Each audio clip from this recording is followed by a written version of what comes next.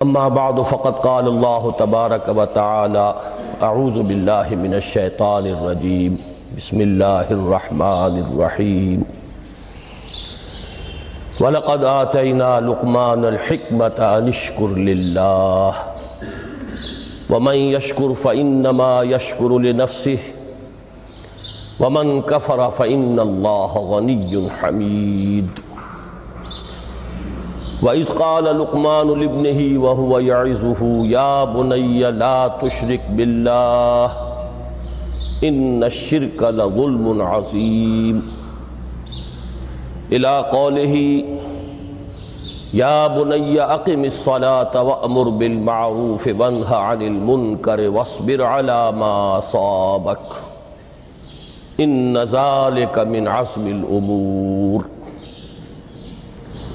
وقال تبارک و تعالی اننی انا اللہ لا الہ الا انا فاعبدنی واقم الصلاة لذکری صدق اللہ العظیم۔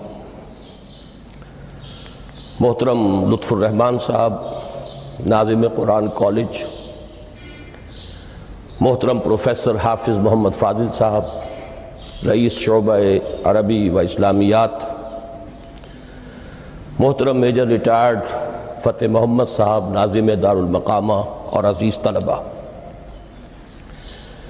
میں سب سے پہلے تو آپ حضرات کو مبارکباد پیش کرتا ہوں کہ آپ نے یہ 2 روزہ صلاۃ کیمپ منعقد کیا۔ میں یہ سمجھتا ہوں کہ قرآن کالج کی یہ پہلی تقریب ہے کہ جو اس کے قیام کے مقصد کے ساتھ بڑی گہری ہم آہنگی رکھتی۔ پھر یہ کہ جس انداز میں اسے منظم کیا گیا ہے، اس میں خاص طور پر میجر صاحب کی جو فوجی تربیت ہے اس کا جو عمل دخل مجھے نظر آیا ہے، تو میں اس پر بھی انہیں ہدیہ تحسین پیش کرتا ہوں اور امید کرتا ہوں کہ آئندہ بھی دین کے جو اہم اور بنیادی موضوعات ہیں ان پر اسی طرح کے تربیتی کیمپ منعقد کرتے رہیں گے۔ میری گفتگو کا جو اس وقت عنوان معین ہے اور جو اس وقت آپ کے سامنے لکھا ہوا بھی ہے، فلسفہ دین میں نماز کی اہمیت۔ اس میں سب سے پہلے تو میں توجہ دلاؤں گا کہ لفظ فلسفہ اصلاً عربی کا ہے اور نہ ہی یہ قرآن حکیم کی اصطلاح ہے۔ یہ لفظ بھی اپنی اصل کے اعتبار سے یونانی ہے۔ فلسفی اگرچہ فلسفی عربی میں اب استعمال ہوتا ہے اور فلاسفہ اس کی جمع بھی ہوتی ہے،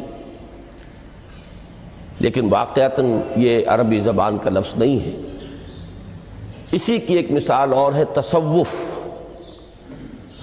وہ بھی بظاہر تفاعل کے وزن پر خالص صیغہ معلوم ہوتا ہے عربی زبان کا، لیکن یہ بھی تھیوسوفی، یہ بھی در حقیقت یونانی الاصل لفظ ہے جس کی تعریب کی گئی ہے، اسے معرب بنا کر عربی کا جامہ پہنا دیا گیا ہے۔ فلسفے سے ہم جس علم یا جس شعبہ علم کو مراد لیتے ہیں، قرآن حکیم کی اصطلاح میں اس کے لیے لفظ حکمت ہے۔ اس کا مادہ ہا کاف میم، اور اس کا بنیادی مفہوم وہی ہے کہ جو اس سے جو ایک مشتق لفظ ہے استحکام، کسی شے کا مضبوط ہو جانا، پختہ ہو جانا، قوی ہو جانا، ایسی صلاحیت حاصل کر لینا کہ وہ اپنی حفاظت کر سکے، اپنے خلاف کسی بھی اقدام پر اپنا دفاع کر سکے۔ یہ ہا کاف میم کے مادے کا اصل مفہوم ہے۔ اور حکمت انسان کے فکر اور اس کے شعور کی پختگی کا نام ہے، اس لیے کہ انسان حیوانات سے ممیز کیا گیا ہے اگرچہ مختلف اعتبارات سے، لیکن یہ کہ اس میں سب سے اہم اعتبار یہ ہے کہ یہ حیوان عاقل ہے۔ اسی طریقے سے اسے حیوان ناطق کہا جاتا ہے، اور نطق اور عقل کا بڑا گہرا تعلق ہے اور ربط ہے، دونوں ایک دوسرے سے جڑے ہوئے۔ تو ہم کہیں گے شعور، عقل سے انسان کو شعور حاصل ہوتا ہے، اور نطق جو ہے اس کی بنیاد، اس کا سورس جو ہے وہ یہی شعور ہے۔ تو انسانی فکر کی پختگی، انسانی شعور کی پختگی، اس کے اندر ایسی صلاحیت کا پیدا ہو جانا کہ وہ حقائق تک رسائی حاصل کر سکے، اس میں اتنی قوت پیدا ہونا کہ وہ صحیح رخ پر، صحیح رخ سے موڑنے والے جتنے محرکات ہیں ان کے مقابلے میں اپنا دفاع کر سکے، یہ حکمت ہے۔ لہذا فلسفہ دین کی بجائے اب آپ اپنے ذہن میں حکمت دین کا لفظ رکھیں، اور اب غور کیجئے کہ حکمت دین میں صلاۃ کے مقام کو سمجھنے کے لیے ہمیں یہاں سے ابتدا کرنی چاہیے کہ حکمت دین کا سب سے بنیادی مسئلہ کون سا ہے۔ حکمت دین کا سب سے اہم، سب سے بنیادی، اولین مسئلہ معرفت خداوندی ہے۔ انسان اپنے رب کو پہچانے، اور رب کو پہچان کر اپنے فطری جذبہ تشکر کو اس کی ذات سے وابستہ کر دیں۔ یہ فطری جذبہ تشکر بھی آپ سمجھ لیجئے کہ یہ بھی نہ صرف انسان بلکہ حیوانات کا بھی خاصہ ہے، کہ اگر ان کے ساتھ کوئی بھلائی کی جائے تو ایک خاص رد عمل ان کی طبیعت میں پیدا ہوتا ہے، جسے ہم جذبہ شکر یا جذبہ تشکر سے تعبیر کر سکتے ہیں۔ حیوان کے پاس اگرچہ وہ زبان نہیں ہے کہ جس میں وہ اپنے اس جذبے کو الفاظ کا جامہ پہنا کر اپنے محسن کی خدمت میں پیش کر سکے، لیکن یہ کہ اگر کبھی کسی بھوکے پیاسے حیوان کو آپ نے کوئی غذا فراہم کی ہو یا پانی پلایا ہو، اور پھر اگر آپ اس کی آنکھوں میں دیکھیں گے تو وہ جذبہ تشکر وہاں سے ابلتا ہوا محسوس ہوگا۔ یہ گویا کہ فطرت کا تقاضا ہے۔ حیوانات سے بلندتر سطح پر انسان ہے، تو فطرت انسانی کا بڑا اساسی اور بنیادی تقاضا ہے کہ وہ اپنے محسن کا شکر ادا کرے، جس نے بھی اس کے ساتھ کوئی بھلائی کی ہو، خیر کیا ہو، اس کی کوئی احتیاج پوری کی ہو، اس کی کوئی ضرورت پوری کی ہو، اس کا وہ شکر بجانا ہے۔ تو یہ فطری جذبہ تشکر جب تک عقل انسانی اپنے اصل محسن اور مربی کو نہیں پہچانتی تو یا تو یہ منتشر رہتا ہے یا بھٹکتا رہتا ہے۔ چنانچہ شرک کی جو ساری تاریخ ہے اس کا تجزیہ کریں گے تو بات یہی نظر آئے گی کہ اس جذبہ تشکر نے اپنے علم کی کوتاہی کی وجہ سے، اپنے فہم کی کوتاہی کی وجہ سے مختلف اشیاء کے ساتھ یا مظاہر قدرت کے ساتھ اپنے آپ کو منسلک کر لیا۔ مثلاً یہ کہ یہ بات غلط نہیں ہے کہ ہماری دنیا کا یہ سارا نظام جو ہے اس میں سورج کی حرارت کو بہت بڑا دخل حاصل ہے۔ ساری انرجی جو ہمارے پاس ہے اس کی سورس تو اصل میں وہ سولر انرجی ہے۔ لکڑی بھی آپ جلا کر اگر آگ کے ذریعے سے حرارت حاصل کرتے ہیں تو وہ بھی در حقیقت سورج ہی کی وہ حرارت تھی کہ جو اس لکڑی میں جذب ہوئی ہے، اس نے وہ صورت اختیار کی۔ فصلوں کو سورج پکاتا ہے، اس کی حرارت جو ہے وہی ان کے پکنے کا ذریعہ بنتی ہے۔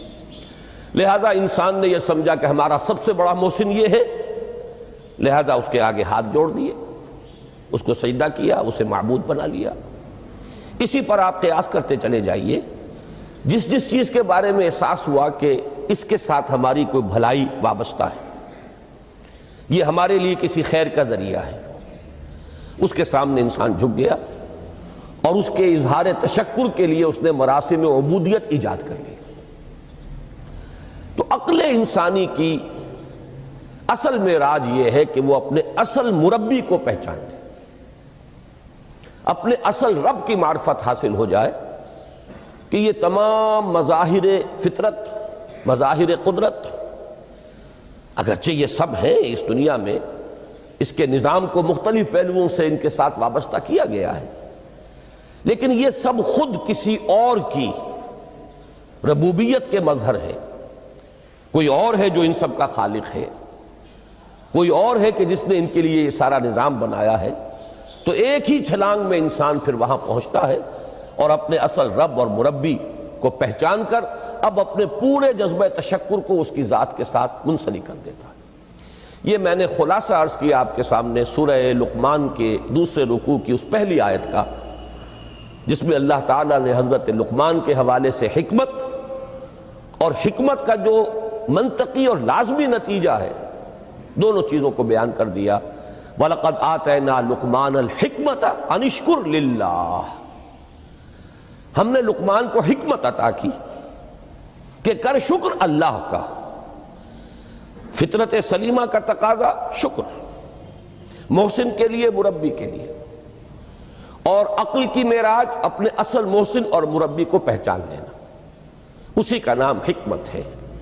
حکمت عقل صحیح اور فطرت سلیمہ کے امتزاج سے وجود میں آتی ہے، جس کا نتیجہ شکر رب ہے یا معرفت رب۔ تو یوں سمجھئے کہ حکمت دین کا اساسی مسئلہ یہ، باقی سارے مسائل اب یہیں سے آگے چلیں گے۔ اس کے لیے یہ بات اگر آپ نے منتخب نصاب کے وہ اسباق پڑھ لیے ہوں تو یہ چیزیں سامنے آ چکی ہوں گی کہ اس کے لیے قرآن کا اسلوب یہ ہے کہ آیات کے حوالے سے انسان کے اندر معرفت رب کو جگایا جاتا ہے۔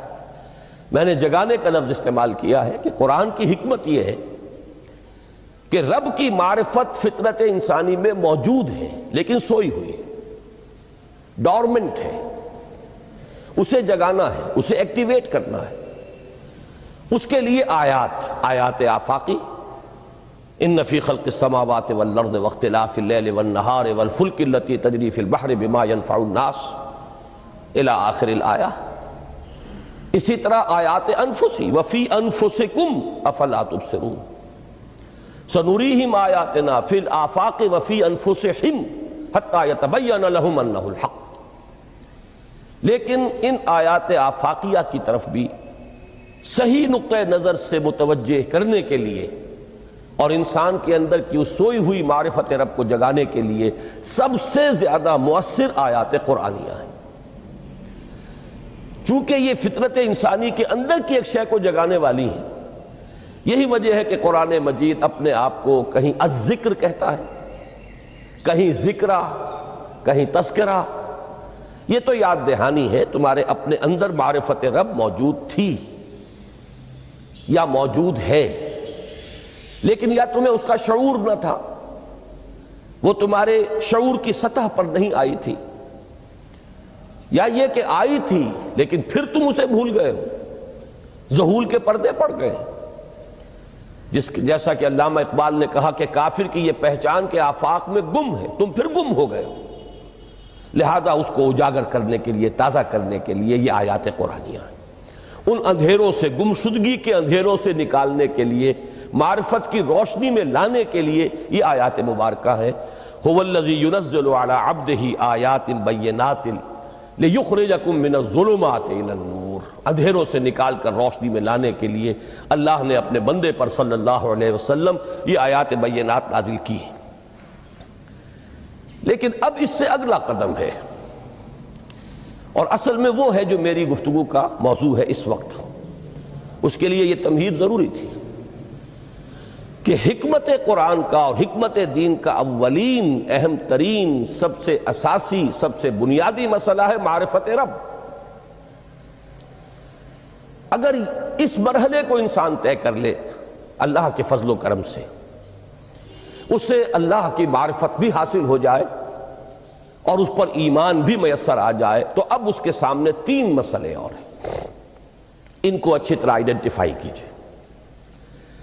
پہلا مسئلہ یہ ہے کہ اس کی فکر صحیح مزید پیش قدمی کرے، آگے بڑھے۔ یہ تو اس کا سٹارٹنگ پوائنٹ تھا، رب کو پہچان لینا۔ ابھی تو اس سے آگے بڑھ کر اس فکر صحیح کو بڑی بلندیوں کو چھونا ہے. جیسے کہ کلمہ طیبہ کی تمثیل بیان کی گئی قرآن مجید میں، کَشَجَرَةٍ طَیِّبَةٍ أَصْلُهَا ثَابِتٌ وَفَرْعُهَا فِي السَّمَاءِ. تو فکر انسانی کے لیے وہ اصل ثابت جمی ہوئی جڑ جو ہے وہ تو ہے معرفت رب، لیکن اب یہ فکر ترقی کرے گی، یہ نشو و نما پائے گی، یہ آگے بڑھے گی، اس کی شاخیں یہ آسمانوں سے بات کریں گی، آسمانوں کی بلندیوں کو چھوئیں گی. تو سب سے پہلا مسئلہ ہے فکر صحیح کی مزید پیش رفت، پیش قدمی. دوسرا مسئلہ انسان کا بہت بنیادی، عمل کی درستی، صحیح عمل. انسان اپنے نفس امارہ سے مغلوب ہو کر یا جذبات کی رو میں بہہ کر یا ماحول کے اثرات سے مرعوب ہو کر وہ کسی غلط رخ پر نہ پڑ جائے، تو اس کے عمل کو درست رکھنے کے لیے کوئی اسے سہارا درکار ہے.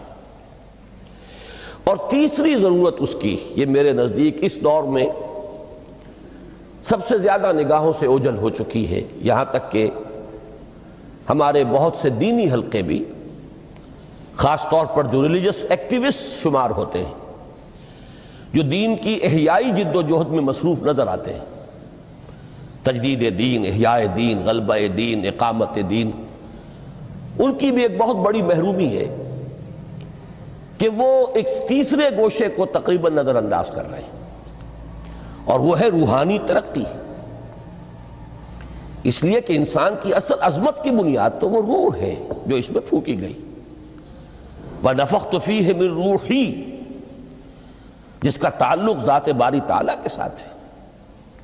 کم سے کم یہ تو ہر شخص مانے گا، کوئی بڑے سے بڑا ریشنلسٹ اور روحانیت کا منکر شخص وہ بھی یہ تو ماننے پر مجبور ہے کہ اللہ تعالیٰ نے اس کی جو نسبت اپنی طرف فرمائی ہے روحی، اس میں در حقیقت انسانی روح کی عظمت اور اس کی شرافت، اس کی بلندی اور اس کی بزرگی کی طرف اشارہ ہے. بہرحال اس کی ترقی، فکر صحیح کی ترقی. نمبر 2، عمل کی درستی، اس میں افراط و تفریط نہ ہو، اس میں انسان نفس امارہ سے مغلوب ہو کر یا جذبات کی رو میں بہہ کر یا ماحول کے اثرات سے متاثر ہو کر کوئی غلط اور غیر متوازن راستہ اختیار نہ کر لے. اور نمبر 3، روحانی ترقی. اب ان میں سے پہلی چیز کو لیجئے، فکر صحیح کے مزید ارتقاء اور اس کی مزید پیش قدمی کے لیے قرآن حکیم نے بھی سورہ آل عمران کے آخری رکوع میں ذکر کو سب سے پہلے اور سب سے اہم عامل کی حیثیت سے شمار کیا ہے. چنانچہ اس کی پہلی آیت جو ہے سورہ آل عمران کے آخری رکوع کی، اس میں تو وہی مضمون جو میں بیان کر چکا وہ آیا ہے، ان فی خلق السماوات والارض واختلاف اللیل والنہار لآیات لأولی الالباب. یقیناً آسمانوں اور زمین کی تخلیق میں اور دن اور رات کے الٹ پھیر میں نشانیاں ہیں ہوش مندوں کے لیے. ان کے ذریعے سے انسانی شعور کے اندر وہ معرفت رب اجاگر ہوگی. وہ پہلا مرحلہ اب اس نے طے کر لیا، وہ ڈورمنٹ معرفت اب ایکٹیویٹ ہو گئی. اب مزید فکر کا مرحلہ ہے جو اگلی آیت میں آیا ہے، الذین یذکرون اللہ قیاما وقعودا وعلی جنوبہم ویتفکرون فی خلق السماوات والارض ربنا ما خلقت ھذا باطلا سبحانک فقنا عذاب النار. یعنی تفکر جو ہے، وَيَتَفَكَّرُونَ فِي خَلْقِ السَّمَاوَاتِ وَالْأَرْضِ، وہ تفکر کرتے ہیں، غور و فکر کرتے ہیں آسمان اور زمین کی تخلیق میں، لیکن اس تفکر کے ساتھ لازماً ذکر، اور ذکر مدام، ذکر بھی وہ کہ جو مستقل ہو، ہر حالت میں ہو. الذین یذکرون اللہ قیاما وقعودا وعلی جنوبہم، وہ لوگ کہ جو اللہ کو یاد رکھتے ہیں، اللہ کا ذکر کرتے ہیں، کھڑے ہوئے بھی، بیٹھے ہوئے بھی، اور اپنے پہلوؤں کے بل یعنی لیٹے ہوئے بھی۔ اب ان تین کے سوا تو کوئی پوزیشن انسان کی نہیں ہے، اسی کا نام ہے دوام ذکر۔ اور اس کے ساتھ اگر وہ تفکر کرتے ہیں تو ان کا فکر اگلی منزل تک پہنچتا ہے۔ میں اس پر زیادہ بحث اس وقت نہیں کروں گا۔ اس وقت میں نے چونکہ وہ تین باتیں بیان کی تھی، میں درجہ بدرجہ چاہتا ہوں کہ آگے بڑھوں اور ایک حد سے زیادہ کسی بھی مسئلے میں تجاوز نہ کریں۔ یہ جو بات سورہ آل عمران کی آخری رکوع کی اس دوسری آیت میں آئی ہے، اسی کو مولانا روم نے بیان کیا ہے بہت ہی سادہ لیکن بڑے پرمغز شعر میں۔ این قدر گفتیم باقی فکر کن، فکر اگر جامد بود رو ذکر کن۔ اس قدر تو ہم نے تمہیں بتا دیا، سمجھا دیا، یہ بات تو آ گئی تمہارے عقل میں، اب جاؤ خود غور کرو، مزید آگے پیش قدمی کرو۔ این قدر گفتیم باقی فکر کن، فکر اگر جامد بود رو ذکر کن۔ فکر میں جمود آ جائے، فکر سست پڑ جائے تو جاؤ پھر ذکر کرو۔ تو یہ ذکر اور فکر گویا کہ گاڑی کے دو پہیے ہیں کہ جن سے فکر انسانی صحیح رخ پر آگے بڑھے گا۔ اگر یہ ذکر ساتھ نہیں رہے گا تو فکر انسانی کج ہو جائے گا۔ تاثریا میرود دیوار کج، پھر وہ فکر جو ہے وہ بلندی کو کتنے ہی پہنچ جائے لیکن وہ ٹیڑھی بلندی ہوگی، وہ صراط مستقیم پر پیش قدمی کرنے والا فکر نہیں ہوگا۔ اسی کو علامہ اقبال نے اپنے دو اشعار میں، کیونکہ انہوں نے مولانا روم کو اپنا پیر بھی تسلیم کیا ہے، مرشد رومی، تو یہ فکر جو ہے، یہ خیال جو مولانا روم نے پیش کیا، اسی کو علامہ اقبال نے دو اشعار میں میں سمجھتا ہوں کہ مزید شکوہ کے ساتھ، مزید خوبصورت اور حسین انداز میں پیش کیا ہے۔ جز بقرآن زیغمی روباہی است، فقر قرآن اصل شاہنشاہی است۔ قرآن کے بغیر اگر کوئی شعر بھی ہو تو وہ بھی اصل میں لومڑی ہے، اس کی کوئی حقیقت نہیں ہے، اس لیے کہ اصل شاہنشاہی جو ہے وہ تو فقر قرآن ہے۔ اب فقر قرآن کیا ہے؟ فقر قرآن اگر آپ لکھا ہوا دیکھیں گے اس کو تو اس کے آگے یہاں اب سوالیہ نشان آ جائے گا۔ فقر قرآن یعنی سوچو فقر قرآن کیا ہے، اور جواب ہے اختلاط ذکر و فکر۔ فقر قرآن امتزاج سے وجود میں آتا ہے کہ اس میں ذکر بھی ہو، فکر بھی ہو۔ اور فکر را کامل نہ دیدم جز بہ ذکر، میں نے فکر کو کبھی بھی اپنی منزل مقصود تک پہنچتا ہوا نہیں پایا جب تک کہ اس کے ساتھ ذکر نہ ہو۔ تو پہلی شے تھی فکر انسانی کی صحیح رخ پر مزید پیش قدمی اور پیش رفت، اور اس کے لیے لازم ہے ذکر و فکر کا امتزاج۔ دوسری چیز کو لیجئے عمل کی درستی۔ اس عمل کی درستی کے لیے اللہ تعالی کے ساتھ ایک گہرے تعلق کی ضرورت ہے، اس لیے کہ صبر کی بحث میں یہ مضامین شاید آپ کے سامنے آ گئے ہو کہ صبر جہاں مصیبت پر صبر ہوتا ہے، تکلیف پر صبر ہوتا ہے، اللہ کے احکام پر جمنا یہ بھی صبر ہے، نفس کی خواہشات کی باغ کو تھام کر رکھنا، کھینچ کر رکھنا یہ بھی صبر ہے، اور استقامت کسی شے پر قائم رہنا یہ بھی صبر ہے۔ تو عمل صحیح پر استقامت کے لیے وَاصْبِرْ وَمَا صَبْرُكَ إِلَّا بِاللَّهِ، اس صبر کی سب سے اہم جو بنیاد ہے، اس کا جو سب سے بڑا ذریعہ ہے، اس کا جو سب سے بڑا سہارا ہے، وَمَا صَبْرُكَ إِلَّا بِاللَّهِ، اس کے لیے ضرورت ہے ایک گہرے تعلق کی کہ اللہ کے ساتھ ایک ایسا تعلق برقرار رہے جو نہ صرف گہرا ہو بلکہ دائم و قائم ہو، مسلسل۔ ذرا ذہول ہوگا تعلق مع اللہ میں، ذرا کمی آئے گی، شیطان کا وار کاری ہو جائے گا۔ اسی کو حضور نے حدیث میں یوں تعبیر کیا ہے تمثیلاً کہ جو دل اللہ کی یاد سے غافل ہے اس پر فارسی کا وہ مقولہ بھی ہے کہ خانہ خالی را دیو می گیرت، گھر خالی رہے تو جنات اس پر دیو جو ہے آ کر قبضہ جما لیتے ہیں۔ تو خانہ قلب جو ہے اگر یاد خدا بندی سے خالی ہو گیا تو شیطان ابلیس لعین اپنی تھوتنی ٹکا دیتا ہے۔ یہ لفظ آتا ہے سور کے منہ کے لیے تھوتنی، جس طرح اس کا نکلا ہوا سا منہ ہوتا ہے آگے، تو یہ لفظ استعمال کیا گیا کہ وہ اپنی تھوتنی انسان کے دل پر جما کر اور پھوکے مارنی شروع کر دیتا ہے۔ تو شیطان کو موقع ہی تب ملتا ہے جب انسان کے تعلق مع اللہ کے اندر کمی ہو، وہ خانہ بالکل خالی ہو گیا ہو یا اتنا ضعیف ہو گیا ہو کہ کل عدم ہو جائے، گویا کہ نہیں۔ تیسری چیز کی طرف آئیے، روحانی ترقی۔ روحانی ترقی کے لیے میں ایک اصطلاح آپ کے سامنے لا رہا ہوں، اس سے مراد کیا ہے؟ روحانی ترقی کے لیے ہماری دینی اصطلاح ہے تقرب الی اللہ، اللہ سے قریب تر ہوتے چلے جانا۔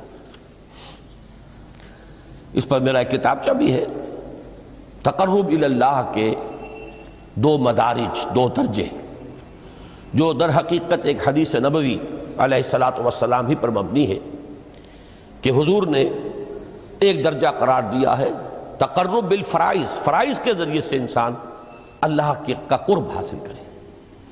ایک ہے تقرب بالنوافل، نوافل کے ذریعے سے اللہ کا قرب حاصل کرے۔ ان میں کیا نسبت و تناسب ہے، اہمیت کے اعتبار سے کون بڑھ کر ہے، بلندی کے اعتبار سے کون بڑھ کر ہے، یہ تمام مسائل میں نے اپنی اس تقریر میں بیان کیے تھے جو اس کتابچے میں شائع ہوئی ہے۔ اس وقت میں اس کی تفصیل میں نہیں جا رہا، صرف یہ تذکرہ اس لیے کر رہا ہوں کہ جن کو بھی خواہش ہو جائے وہ اس کا مطالعہ کرے۔ ہماری اس وقت کی گفتگو سے وہ کتابچہ اس جگہ پر منسلک ہوگا۔ تو تقرب الی اللہ، یہ تقرب کوئی فزیکل فینومینن نہیں ہے، جسمانی یا مادی مسئلہ نہیں ہے۔ اللہ سے قرب یہ نہیں ہے کہ کوئی کروڑوں میل کا فاصلہ ہے، اب ہمیں کوئی رسی پر چڑھنا ہے اوپر بڑی محنت اور مشقت سے، فصل تو ہے ہی نہیں، فاصلہ ہے ہی نہیں، بعد ہے ہی نہیں۔ نحن اقرب الیہ من حبل الورید، ہم تو انسان سے اس کی شہرگ سے بھی زیادہ قریب ہیں۔ ہوا معکم اینما کنتم، وہ تو تمہارے ساتھ ہی ہوتا ہے جہاں کہیں بھی تم ہو، بس صرف یہ کہ تمہاری توجہ نہیں ہوتی، تم اور چیزوں میں مشغول و مصروف رہتے ہو، تم ہماری طرف دھیان ہی نہیں دیتے، تم ہماری طرف متوجہ ہی نہیں ہوتے۔ ہم تو مائل بے کرم ہے، کوئی سائل ہی نہیں، راہ دکھلائیں کسے رہنو منزل ہی نہیں۔ انسان جب متوجہ ہو جاتا ہے اور بڑھتا ہے، آگے پیش قدمی کرتا ہے روحانی اعتبار سے، تو یہ ہے در حقیقت تقرب الی اللہ، اور اسی کو ہم کہیں گے روحانی ترقی۔ اب ان تین چیزوں کو اگر آپ نے ذہن میں جما لیا، پھر میری بات کی ترتیب اس کو ذہن میں قائم کیجئے۔ ہم چلے کہاں سے؟ کہ دین کے ساتھ اصل مناسبت فلسفے کی نہیں، حکمت کی۔ نمبر 2، حکمت قرآنی کا پہلا اور اہم ترین اور بنیادی مسئلہ معرفت رب کا حصول ہے۔ اس کا نتیجہ شکر خداوندی ہے، اس کا ذریعہ آیات آفاقی، آیات انفسی، اور سب سے بڑھ کر آیات قرآنیہ ہیں جو الذکر ہے، جو تذکرہ ہے، جو ذکرہ ہے۔ لیکن اس پہلے مرحلے کو اگر کوئی انسان بفضل ہی تعالی، اللہ کے فضل و کرم سے طے کر لے، اب اس کے سامنے تین مسئلے ہیں۔ فکر کی مزید پیش رفت، مزید پیش قدمی صحیح رخ پر، اس کے لیے ذکر اور فکر دونوں کا امتزاج لازمی ہے۔ فقر قرآن اختلاط ذکر و فکر۔ الذین یذکرون اللہ قیاما وقعودا وعلی جنوبہم ویتفکرون فی خلق السماوات والارض۔ دوسری شے عمل کا درست رہنا، نہ افراط و تفریط ہو، عدم توازن ہو، نہ انسان نفس سے مغلوب ہو جائے، نہ انسان جذبات کی رو میں اندھا ہو جائے، نہ انسان ماحول سے مروب ہو کر متاثر ہو جائے، صحیح رخ پر اس کا عمل۔ نمبر 3، روحانی ترقی، جو اصل حاصل ہے، جو اصل مقصود ہے۔ نمبر 2 چیز کے لیے تعلق مع اللہ ضروری، نمبر 3 کے لیے تقرب الی اللہ ضروری۔ اب غور کیجئے، ان تینوں چیزوں کا بڑا گہرا تعلق ہے نماز کے ساتھ۔ ان تینوں کے لیے ستون کی حیثیت نماز کو ہے، لہذا ایمان کے بعد یا معرفت رب کے بعد حکمت دین کا اہم ترین مسئلہ نماز، صلاۃ۔ اس لیے کہ ایک طرف یہ انسان کو اللہ کے ساتھ ایک گہرے تعلق کا ذریعہ فراہم کرتی ہے، اپنے تمام مصروفیات میں سے، ان مشغولیتوں میں جن میں گم ہونے کا خدشہ ہوتا ہے، نکلو۔ 24 گھنٹے کے معمولات میں سے کم 5 مرتبہ تو لازماً نکلو، اور اپنے آپ کو ذرا، اپنے حواس کو بھی، اپنی باطنی کیفیات کو بھی ذرا تازہ کرو۔ اگر کوئی گندگی، نجاست، کسی طرح کی ناپاکی کا کوئی معاملہ ہے، طہارت حاصل کرو۔ طہارت سے تمہارے اندر روح کو بھی بالیدگی ہوگی، تمہارے حواس بھی تازہ ہوں گے، تم گویا کہ بحیثیت کل تمہاری ہستی چاق و چوبند ہو جائے گی۔ وہ کسل، وہ سستیاں، وہ جو ایک کثافتیں ہوتی ہیں، ان سب سے نجات حاصل کرو، اور اب اپنے رب کے حضور میں کھڑے ہو جاؤ، اس کے ساتھ اپنا عہد بھی تازہ کرو، اس کی اہم صفات کو بھی اپنے ذہن میں پھر مستحضر کرو۔ یہی وجہ ہے، دیکھیے میں نے جو آیات آپ کو شروع میں سنائی تھی، سورہ لقمان کی 2 آیتیں، پہلی آیت میں اس کا ترجمہ کر چکا، دوسری آیت وَلَقَدْ وَإِذْ قَالَ لُقْمَانُ لِابْنِهِ وَهُوَ يَعِظُهُ يَا بُنَيَّ لَا تُشْرِكْ بِاللَّهِ إِنَّ الشِّرْكَ لَظُلْمٌ عَظِيمٌ۔ اس کے بعد درمیان میں کچھ مضمون آ کر پھر وہ آیہ مبارکہ آئی، یا بنی اقیم الصلاۃ وامر بالمعروف وانہ عن المنکر واصبر علی ما اصابک۔ گویا کہ اہم ترین چیز، بنیادی ترین چیز، اللہ کو محض پہچان لینا کافی نہیں ہے، یاد رکھنا ضروری ہے۔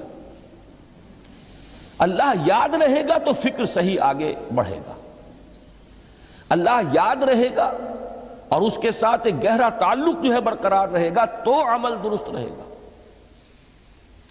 بالکل یہی بات سورہ طٰہٰ میں جو پہلی وحی حضرت موسیٰ علیہ السلام پر ہوئی، اور پہلا مخاطبہ ہے، چونکہ حضرت موسیٰ کو یہ انبیاء کرام کے مقدس گروہ میں ایک امتیازی حیثیت حاصل ہے کہ ان سے براہ راست گفتگو ہوئی ہے، اگرچہ صرف ایک پردہ تھا، اوٹ من ورائے حجاب گفتگو ہوئی ہے، لیکن یہ کہ کوئی فرشتے کا درمیانی جو ہے وہ لنک نہیں تھا، براہ راست اللہ تعالیٰ نے حضرت موسیٰ علیہ السلام سے کلام فرمایا۔ کلم اللہ موسیٰ تکلیما، موسیٰ سے تو اللہ نے کلام فرمایا جیسے کہ کلام کیا جاتا ہے۔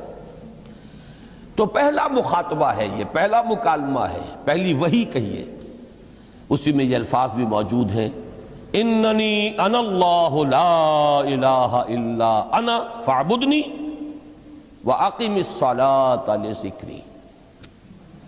یہ گویا کہ حکمت قرآنی کا ایک بہت بڑا خزانہ ہے یہ آیت مبارکہ، کہ خود حضرت موسیٰ علیہ السلام کو جو ہدایت دی جا رہی ہے، میں ہوں، میں اللہ، اننی انا اللہ لا الہ الا انا، میرے سوا کوئی معبود نہیں، فاعبدنی، بس میری بندگی، میری عبادت، میری پرستش، میری محبت، اس کو اختیار کرو۔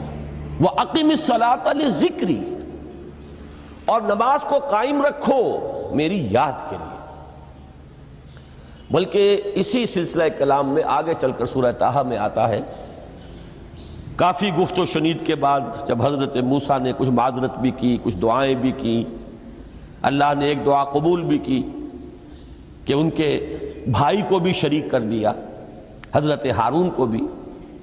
اس کے بعد پھر جب فرمایا کہ اب جاؤ فرعون کی طرف، تو اس میں فرمایا وَلَا تَنِيَا فِي ذِكْرِي، اور دیکھنا یہ جو عظیم مشن تمہارے کندھے پر آ گیا ہے، بڑا بھاری اور کٹھن ایک فرض ہے جو تم پر عائد ہو گیا ہے، اس کے لیے سب سے بڑی تمہارے پاس جو قوت کا ذریعہ ہے وہ نماز ہے۔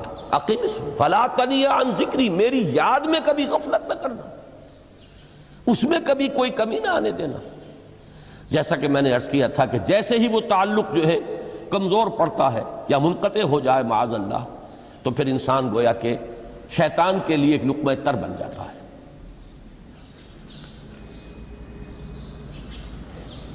اب آپ غور کیجئے، تیسری شے تقرب الی اللہ، اس کے حوالے سے بھی جو فرائض اور نوافل کی بات ہے اس کو اس وقت ذہن سے نکال کر یہ سمجھیے کہ اس میں نماز کا کیا مقام ہے، اس لیے کہ نماز فرض بھی ہے، نماز نفل بھی ہے، وہ تو ان دونوں میں شریک ہو جائے گی۔ اب اس کو لفظ صلاۃ کے حوالے سے آپ ان دونوں چیزوں کو سمجھیے۔ صاد لام واو یا یہ چونکہ حروف علت ایک دوسرے سے بدلتے رہتے ہیں، یہ جو مادہ ہے اس کی جو خالص لغوی اصل ہے، جو خالص عربی زبان میں اس کا بنیادی مفہوم ہے، وہ آگ جلانا یا آگ تاپنا یا آگ سینکنا، حرارت حاصل کرنا۔ لہذا بار بار آتا ہے جہنم کے ذکر میں اسلوہا، اب جلو اس میں، تاپو اس کو، یہ سینکے گی تمہیں۔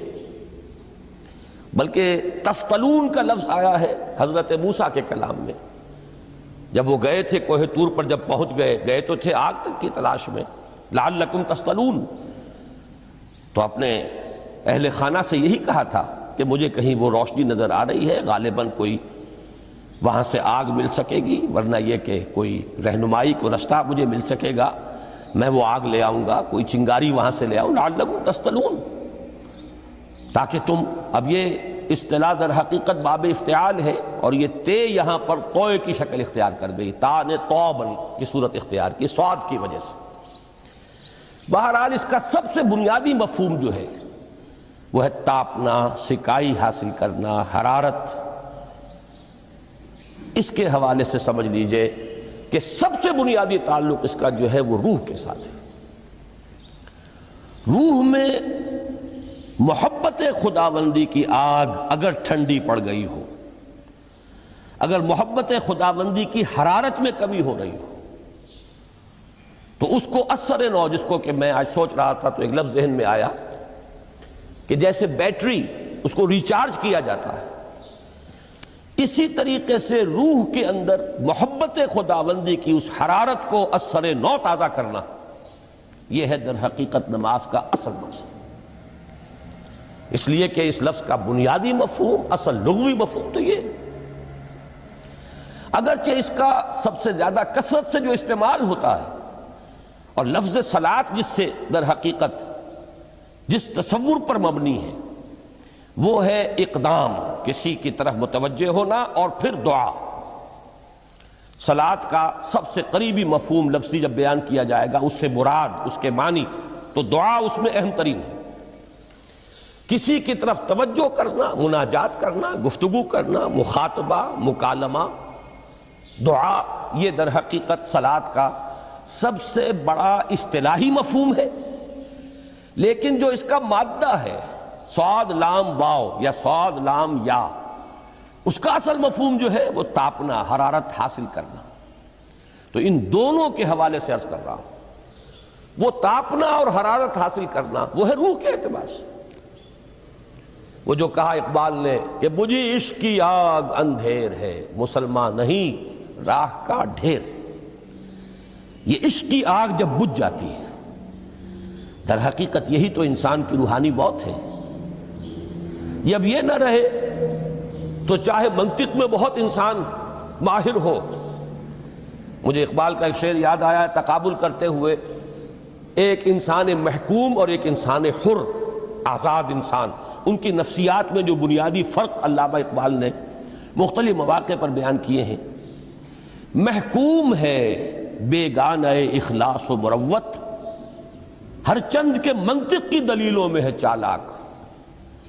تو منطق کی دلیلوں میں انسان چالاک ہو جائے اور وہ لغت ہائے حجازی کا وہ ایک خزانہ بن جائے، اسے تمام الفاظ کے معنی یاد ہو، وہ بڑے مسائل فقہ کے اسے ازبر ہو، جزیات بے انتہا جزیات جو ہیں وہ مستحضر ہو، فلسفے کے بڑے بڑے مسئلے اس نے حل کر لیے ہوں، لیکن اگر روح میں وہ اللہ کی محبت کی آگ نہیں ہے، وہ تپش نہیں، بجھی عشق کی آگ اندھیر ہے مسلمان نہیں راکھ کا ڈھیر۔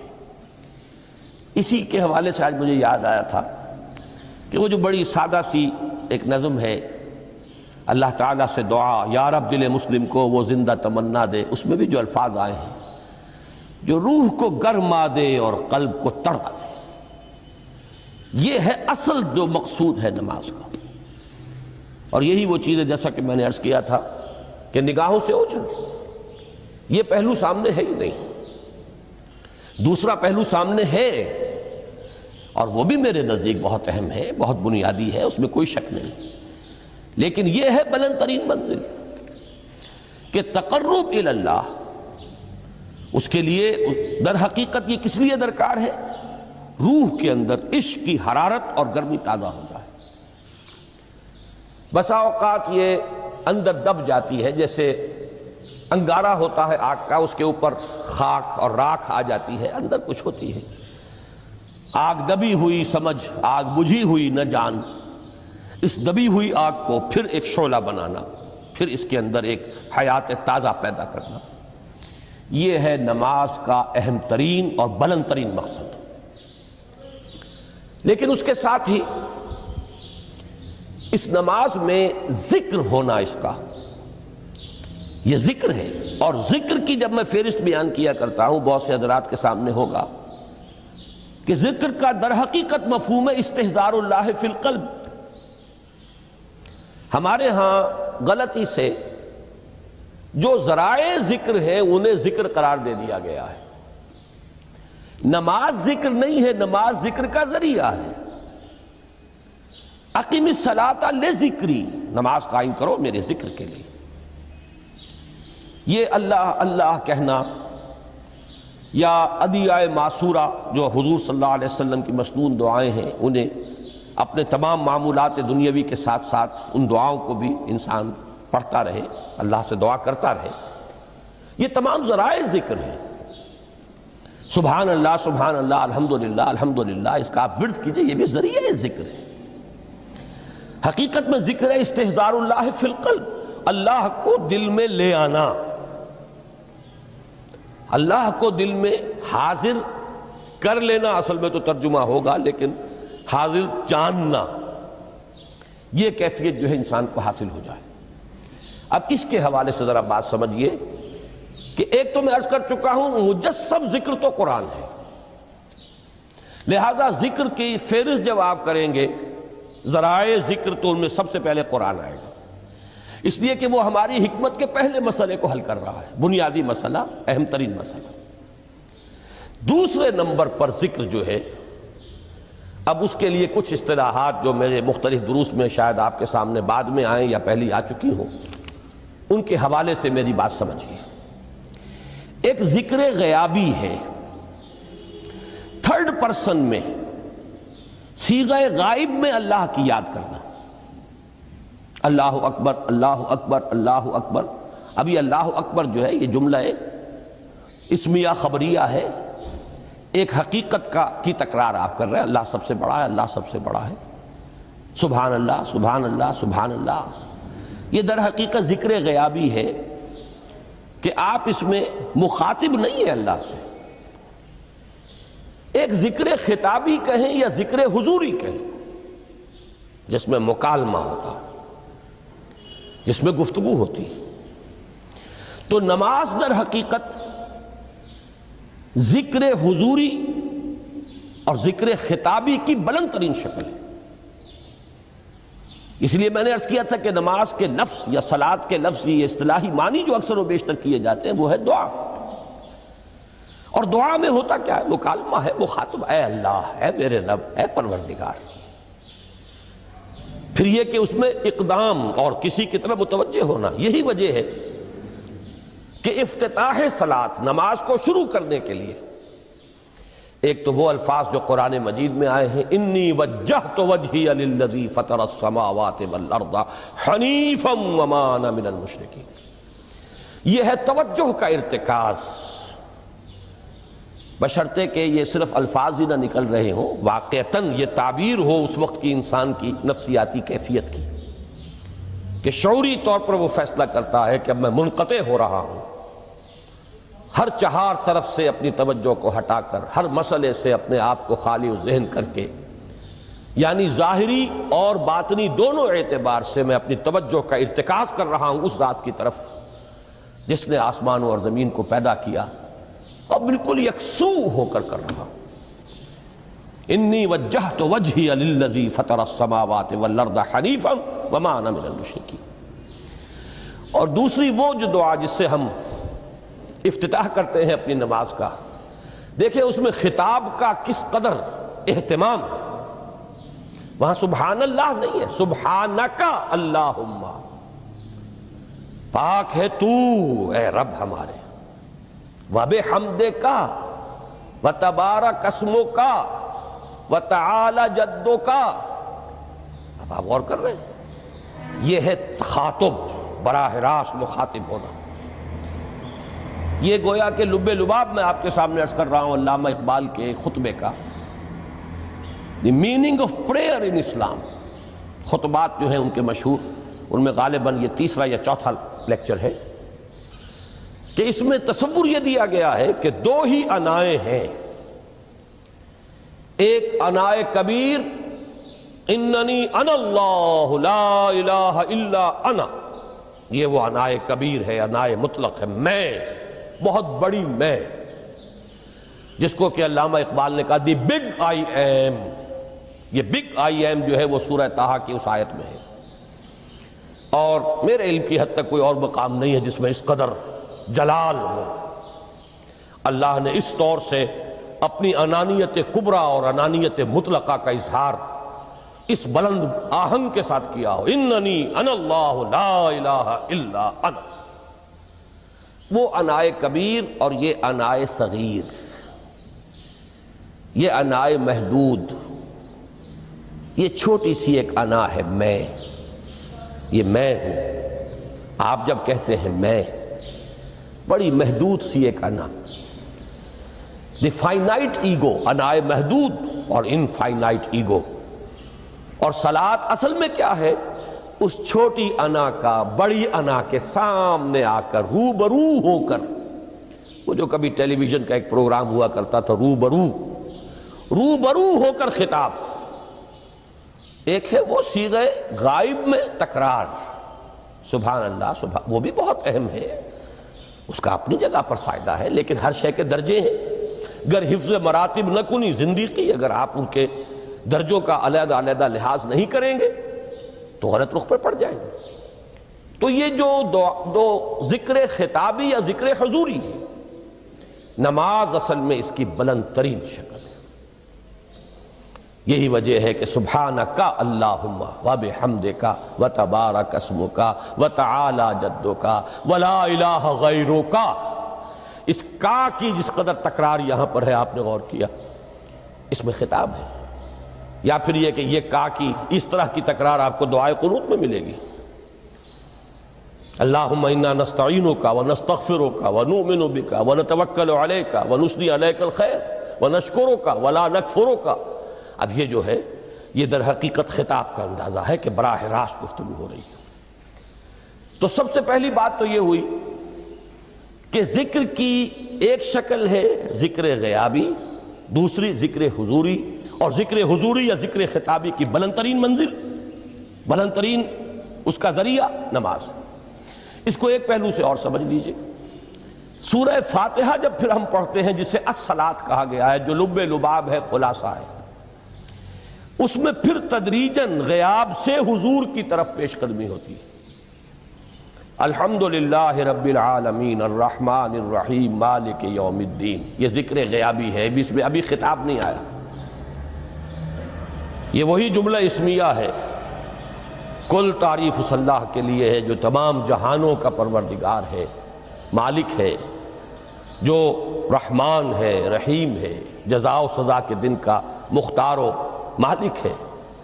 اب یہ غیاب سے حضور کی طرف، ایاک نعبد و ایاک نستعین اہدنا الصراط المستقیم، یہ ہے وہ۔ اب پہلے ایک معاہدہ ہے، ایک اقرار ہے، اعتراف ہے، وعدہ ہے، اور پھر دعا ہے، استدعا ہے۔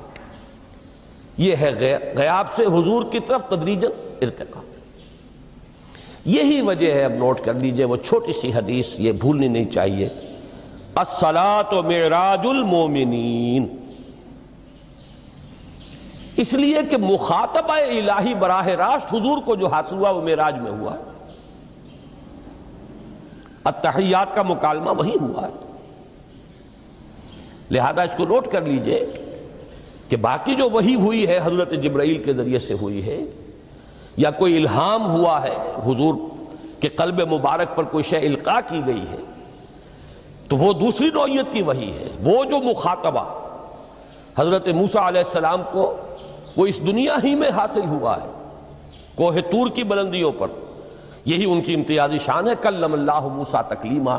یہ براہ راست مخاطبہ جو ہے یہ حضور صلی اللہ علیہ وسلم کو معراج کی شب یہ آپ کو حاصل ہوا، اور حضور نے اسی لیے نماز کو معراج المومنین قرار دیا، اس لیے کہ اس میں وہی براہ راست مخاطبہ اور مکالمہ اور وہی گفتگو ہے جو ہو رہی ہے۔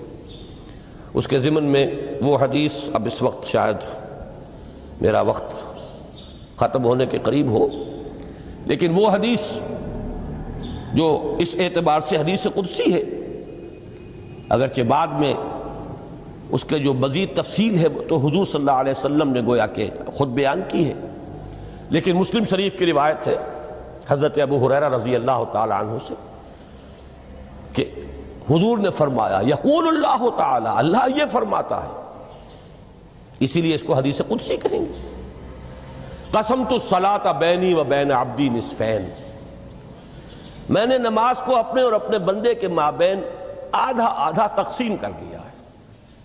اب یہاں تک تو جملہ ہے اللہ کا، یہ ہے حدیث قدسی۔ اب آگے جو ہے نریشن اس کی جو ہے حضور صلی اللہ علیہ وسلم کی جانب سے ہے، یعنی خبر دے رہے ہیں وہ اللہ کی طرف سے ہی۔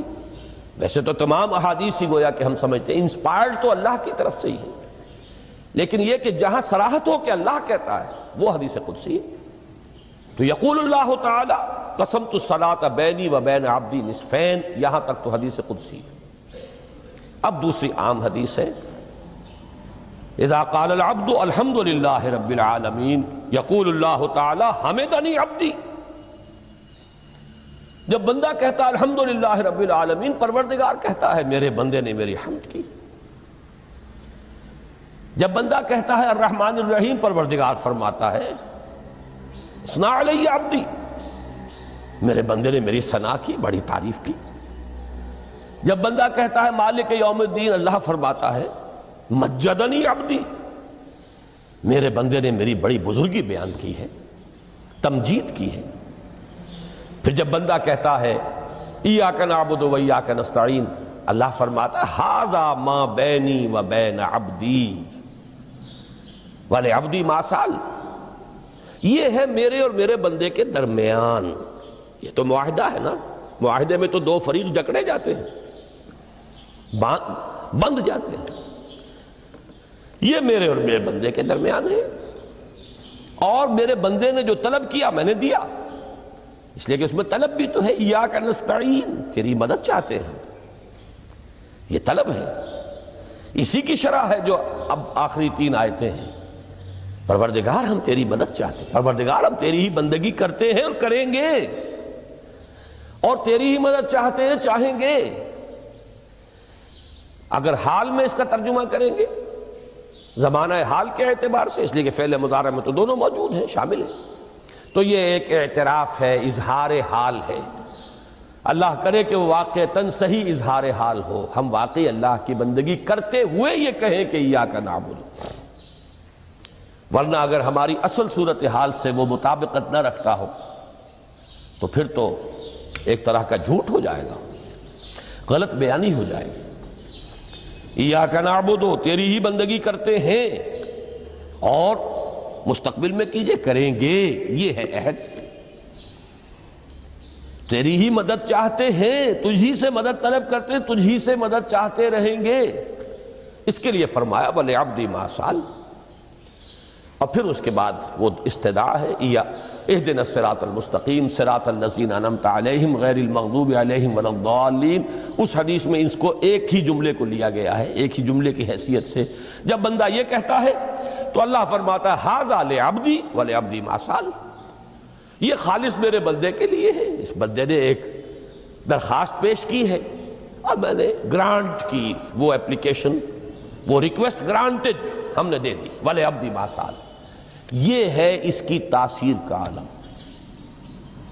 بشرطے کے معاملہ وہ شعور کے ساتھ، بشرطے کے مطابقت ہو ظاہر اور باطن کی، بشرطے کے مطابقت ہو قول اور فعل کی، تو اس کا اتنا اونچا مقام ہے کہ ایک ایک جملہ ادھر ادا ہوا، ادھر اللہ کی طرف سے ریسپانس مل رہی ہے۔ افلاک سے آتا ہے نالوں کا جواب آخر، اٹھتے ہیں حجاب آخر، کرتے ہیں خطاب آخر۔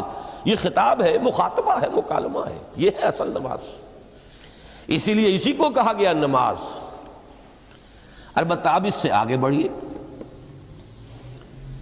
ذکر کی ایک اور شکل بھی ہے، اور وہ ذکر عملی ہے۔ ایک تو ہم نے کہا اللہ اکبر، اللہ بہت بڑا ہے، سب سے بڑا ہے، یہ جیسا کہ میں نے عرض کیا ایک اعتبار سے تو ذکر غیابی ہو گیا۔ دوسرے یہ کہ یہ ایک فکری لسانی ذکر ہے، ہم نے کہہ دیا۔ ایک ہے اسی کے ساتھ ایک عملی ڈیمانسٹریشن، جب یہ کہتا ہوا انسان سیدھا سجدے میں گرتا ہے تو در حقیقت یہ اس اللہ اکبر کی تعمیل ہو رہی ہے۔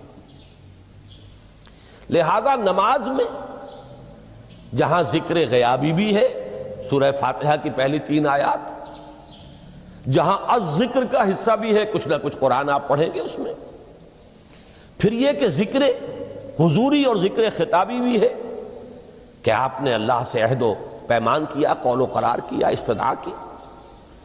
اس کے ساتھ ہی ذکر عملی بھی ہے کہ جھکنا، اللہ کی تعظیم میں انسان جھکتا ہے۔ آپ اپنے کسی بزرگ سے جب ملاقات کرتے ہیں تو جھک کر سلام کرتے ہیں، تھوڑا سا جھکنا، زیادہ جھکنے کی تو اجازت نہیں ہے، لیکن یہ کہ تھوڑا سا خم آتا ہے، یہ بھی طبیعت کی بات ہے۔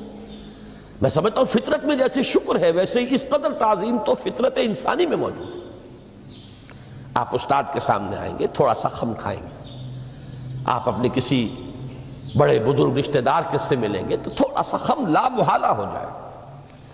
یہ در حقیقت اس آپ کے فکر کی ایک عملی تعبیر، اس کا عملی مظہر ہے کہ آپ نے اس ہستی کی تعظیم کی ہے، اس کی عظمت کا اقرار اور اعتراف کیا ہے۔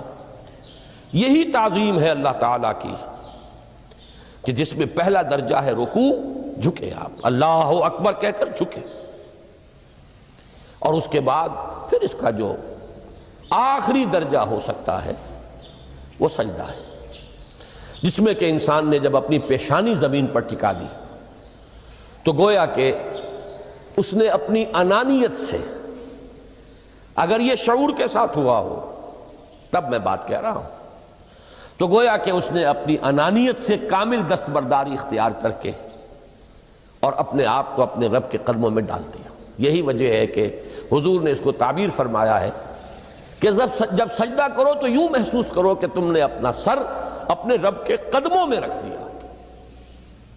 یہ کیفیت ہونی چاہیے۔ اور چونکہ میں نے ابھی عرض کیا کہ یہ در حقیقت انسان کی انانیت، میں، میری مرضی، میری خواہش، میری پسند، میری عقل، میری منطق،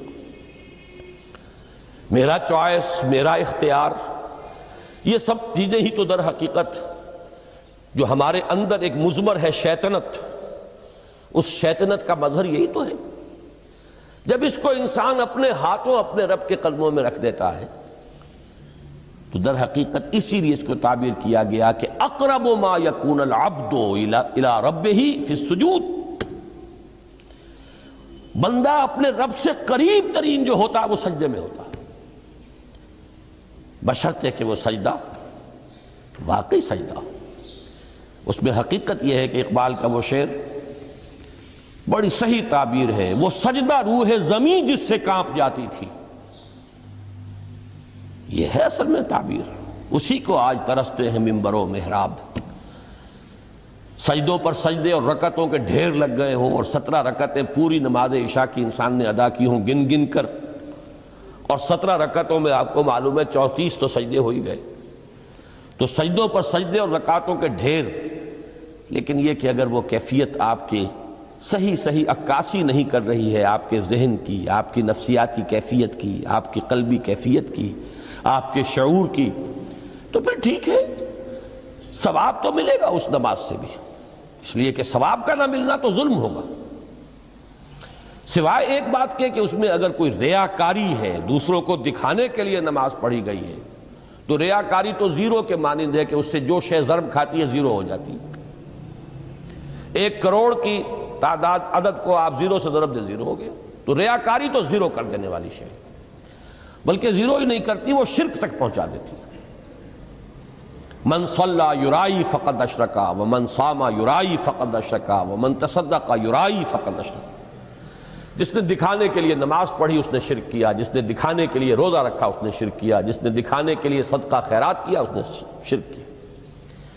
لیکن یہ کہ اگر یہ بات نہیں ہے، اگر ریاکاری نہیں ہے، کوئی بدنیتی نہیں ہے، تو ایک شخص نے وقت نکالا ہے، اسی وقت میں وہ اپنا کوئی اور کام کر سکتا تھا، کوئی 2-4 پیسے کما سکتا تھا، کوئی اور دھندا دنیا کا جو ہے کرتا، لہذا اگر وہ نہیں ہے، ریا نہیں ہے، تب اس کا اجر تو لازم ہے، اس نے کچھ نہ کچھ ڈیووٹ کیا ہے، کچھ نہ کچھ سیکریفائس کیا ہے، کچھ نہ کچھ قربانی دی ہے۔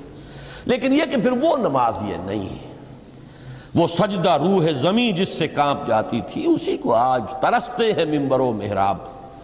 وہ سجدہ واقعتاً انسان اشرف المخلوقات وہ جب اپنے اس گہرے شعور اور احساس کے ساتھ سر بسجود ہوتا ہے تو یہ ہے اقرب ما یکون العبد الی اللہ فی السجود، قریب ترین جو بندہ ہوتا ہے اللہ سے وہ سجدے کی حالت میں ہوتا ہے۔ یہ میں نے 3 چیزوں کے حوالے سے اب آپ کے سامنے باتیں رکھی ہیں کہ پہلی منزل معرفت رب کا حصول، اللہ پر ایمان اور شکر خداوندی، اس کی لذت کا حاصل ہو جانا۔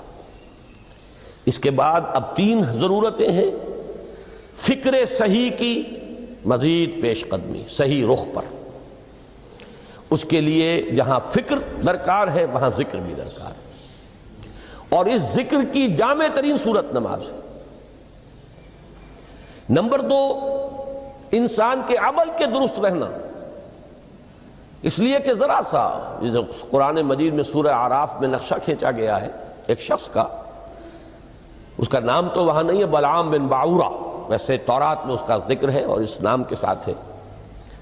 بہت بڑا عالم تھا، بہت بڑا فاضل، قرآن کے الفاظ ہیں ہم نے اسے اپنی آیات عطا کی تھی، آتیناہ آیاتنا، اور ہم چاہتے تو اسے ابھی اور ترفع اور بلندی عطا کرتے، وَلَوْ شِئْنَا لَرَفَعْنَاهُ بِهَا وَلَكِنَّهُ أَخْلَدَ إِلَى الْأَرْضِ، لیکن وہ تو زمین ہی کی طرف دھستا چلا گیا، اور کوئی ایک لغزش انسان کے لیے سارے کیے دھرے پر پانی پھر سکتی ہے، ذرا سا عدم توازن اس کے رخ کو ٹیڑھا کر دے گا، اور جب ایک دفعہ ٹیڑھ ہو گئی تو شروع میں تو زاویہ جو ہے چاہے وہ 10 درجے کا ہی ہو، لیکن جیسے جیسے عمل کی وہ پیش قدمی ہوگی فاصلہ بڑھتا چلا جائے گا، انحراف شدید سے شدید تر ہوتا چلا جائے گا۔ اب اس عمل کی درستی کے لیے بھی لازم ہے تعلق مع اللہ، اس تعلق مع اللہ کا بھی سب سے بڑا ذریعہ نماز۔ تیسری چیز روحانی بالیدگی، روحانی ترقی، تقرب الی اللہ، اس کے لیے اس اعتبار سے بھی کہ توجہ الی اللہ، ارتکاز توجہ اللہ کی طرف، انی وجہت وجہی للذی فطر السماوات والارض حنیفا وما انا من المشرکین، اور اس اعتبار سے بھی کہ اسی کے ذریعے سے وہ عشق کی بجھتی ہوئی چنگاری کو پھر بھڑکایا جا سکتا ہے، جو خاک میں دب گئی ہو اللہ کی محبت کی وہ حرارت جو ہے، اگر اس میں کچھ کمی آ گئی ہے تو اس کو جھاڑ کر، راکھ کو ہٹا کر اثر نو ایک حرارت پیدا کرنا، یہی وجہ ہے کہ نماز، صلاۃ جس مادے سے ماخوذ ہے اس کا بنیادی مفہوم یہی ہے، تاپنا، حرارت حاصل کرنا، آگ جلانا، آگ روشن کرنا۔ تو فلسفہ دین جس کے لیے صحیح لفظ ہے حکمت دین، اس کے اعتبار سے تو میری یہ گفتگو ہے۔ باقی ہے کہ نظام دین میں تین اعتبارات سے پھر نماز کی اہمیت آئے گی۔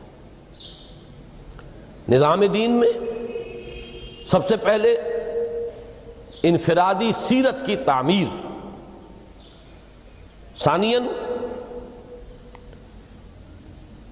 معاشرے کی تنظیم،